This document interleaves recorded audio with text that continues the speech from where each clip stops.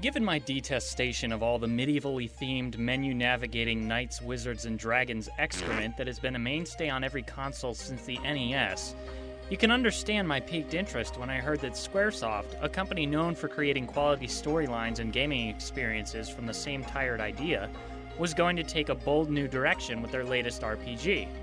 Well, it was their latest RPG 10 years ago. The company had established its reputation as a high-quality game producer with the Final Fantasy and Chrono Trigger games, so it seemed like this new, mature survival horror RPG was truly a risky undertaking. And it was. Parasite Eve is pretty much the red-headed stepchild of the Squaresoft family. You know, every year when the Squaresoft family gathers together to sit down and discuss future projects or the possibilities of remakes or sequels, Parasite Eve attempts to speak up and offer an idea, but everyone just kind of ignores her, pretending she's not there and refusing to acknowledge her existence. In some ways, it's easy to see why. As far as I know, Parasite Eve 1 and 2 were the only M-rated games that Squaresoft had done up to this point, and it's possible, but don't quote me on this, that remains true to this day. Just browse through Square's official art on it, and you'd swear they were catering to the horny, stupid young male demographic. No offense to you horny, stupid young males. One is definitely given the impression that the main character really likes to be naked or close to it when looking at the art. Opening up the strategy guide, there's a massive picture where Aya's chest takes center stage Maxim style, barely covered up by an entirely open jacket. Oh, and here she is naked, covered in blood. Alright, we'll be honest here. When it came to the marketing of the game, it was an attempt to exploit that aforementioned demographic. But once you got past that, the game was actually quite an enjoyable, intelligent, albeit short for an RPG, experience. In fact, reflecting on the way it was marketed, it really does lessen the respectability of the game. There's nothing in the game to support the idea that Aya is the closeted nudist she's portrayed as in the art. So what's it about? Well, Parasite Eve the game is actually a bit of a fan fiction sequel inspired by a Japanese movie of the same name. The movie itself was an adaptation of the book of the same name. So you know what I think would be great? If we Americans made a movie based on the video game. I can see the movie poster now. Parasite Eve the movie. Based on the hit Squaresoft video game inspired by the Japanese movie adaptation of the novel by Hideaki Sato. Okay, I'm joking around about the poster, obviously, but I think the game itself actually would make for an interesting flick. If, of course, we could keep guys like Uwe Boll and Paul W.S. Anderson from raping the source material. But that's a rant for another day. Back to P.E. the movie's storyline. A brief recap on the movie, courtesy of Wikipedia. Parasite Eve revolves around a geneticist whose research in mitochondria leads him to take extreme measures to revive his wife and eventually leads to the creation of a new threat to all mankind. The scientific basis for the story is the endosymbiotic theory, which holds that mitochondria were originally free-living bacteria that co-evolved with host cells to become mutually independent. Okay, anyone lost? I'll sum up. Within most humans, there's a potential for mutation brought on by their mitochondria, or power source in their cells, gaining control of its host organism, our bodies. What does this mean to us about to play the game? Basically, it means that this chick can light us on fire and turn us into shapeless, mindless orange goop that can be controlled at her will. It means that your average rat's skin is going to peel off as its bones and body mutate until it's the size of a golden retriever. In short, it's nothing that big, just, the end of the world. And of course, only you and your incredibly small butt can stop it from happening. The game starts off on Christmas Eve of 1997. You are Aya Brea, the reluctant date of some guy who really doesn't matter at all to you or the storyline, and you're headed to the Metropolitan Opera House to take in a show. As the opening scene played out on stage, well, I won't lie to you. I thought I was going to be bored out of my mind with this game. The opening dialogue in the opera is really dull and generic, and for a few moments I feared I was actually going to have to sit through this poorly written dreck in its entirety. And when the actress on stage started singing, the synthesized opera voice sounded absolutely terrible and just barely on pitch with the music.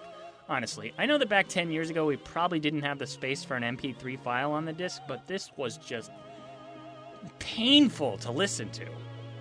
But then the FMV kicked in and I didn't notice it anymore. 」 . 」 « 」 « 」 « 」 « 」 « 」 « 」 « 」 « 」 « 」 « 」 « 」 « 」 « 」 « 」 « 」 « 」 « 」 « 」 « 」 « 」 « 」 « 」 « 」 « 」 « 」 « 」 « 」 «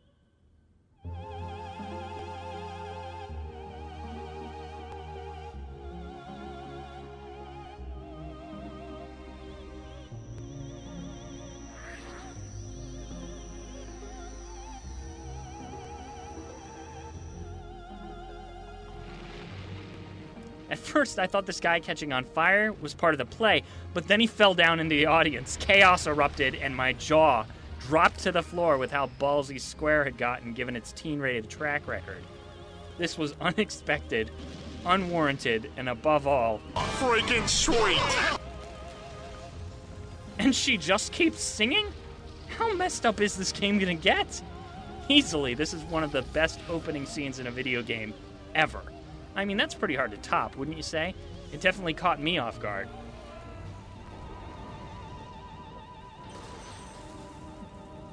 After the audience tears out of the auditorium, or attempts to before being engulfed in all-consuming flamage, you, Aya, run up on stage to confront the singer in the first of many battles with this entity, which will later become known as Eve.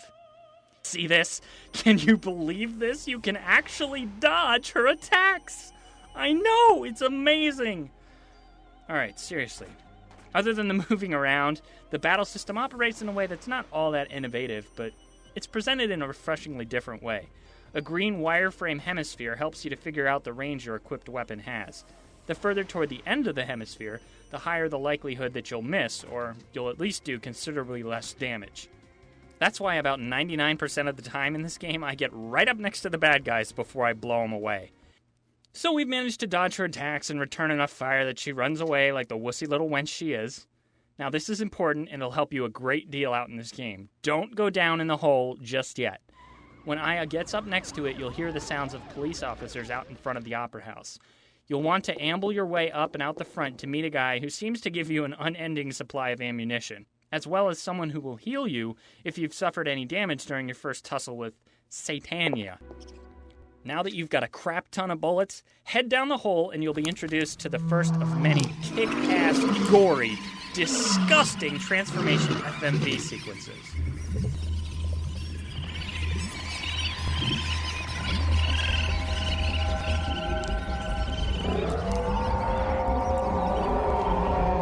Seeing this when I was 15 years old, I thought it was terrifying. Well, at least as scary as video games got. But watching it now, I can't say anything more than, this is sweet.